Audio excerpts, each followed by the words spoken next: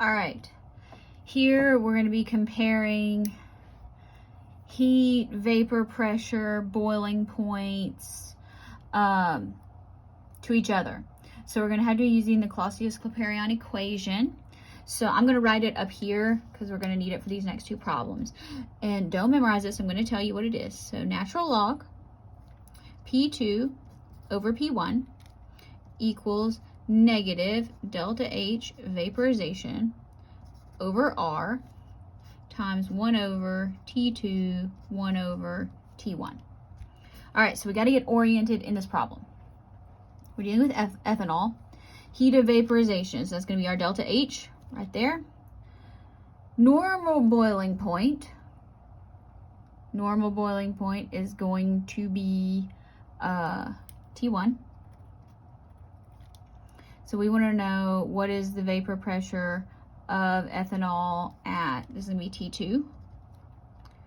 And P1 is always going to be standard atmospheric pressure. So this is going to be P2. All right, now what do we know about R? The gas constant R is 8.314 joules per mole Kelvin. All right, so we got to do some work here with units before we plug and chug. This is plug and chug. It's not that hard, but we got to deal with it. All right, so are we allowed to be in kilojoules? We are not. So let's make this joules. So that's going to be 8,560 joules. Just multiply by 1,000.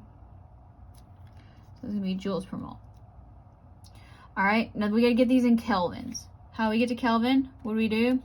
Add 273. Good. 273 plus 78.4. 351.4 kelvins. And 273 plus 15, 288 kelvins. Okay, now we're ready to plug and chug. Natural log. P2, we don't know.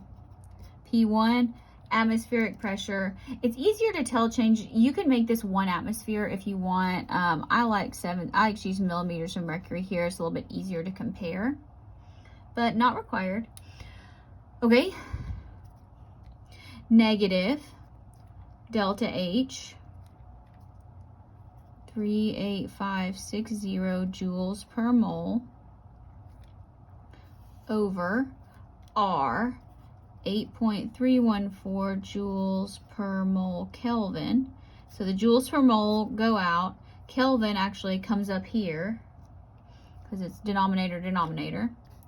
Okay, T2, that's what we're given, 288 Kelvin minus T1, 351.4 kelvins.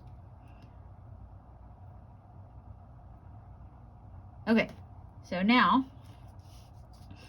let's just plug and chug. Let's get an answer. I'm going to get an answer for this whole right side of the equation.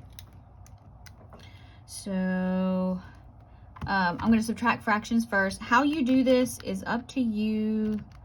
Minus 1 over 351.4. Again, that's going to be fine. Okay, so times negative 38560 divided by 8.314. All right, so I got negative 2.91. And all these units cancel, so it's just a number. So I get natural log P2 over 760 millimeters of mercury is 2.91. All right, now be careful here. Undo the natural log first, order of operations. Okay, so do not multiply by 760. That's what a lot of you are going to do. Don't do it.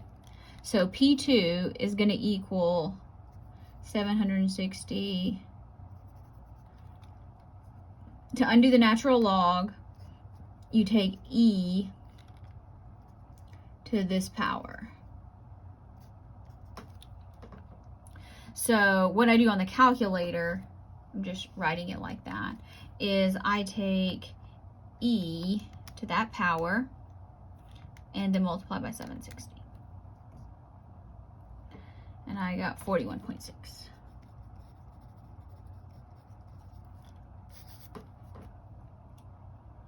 right? So remember, do this multiplication last.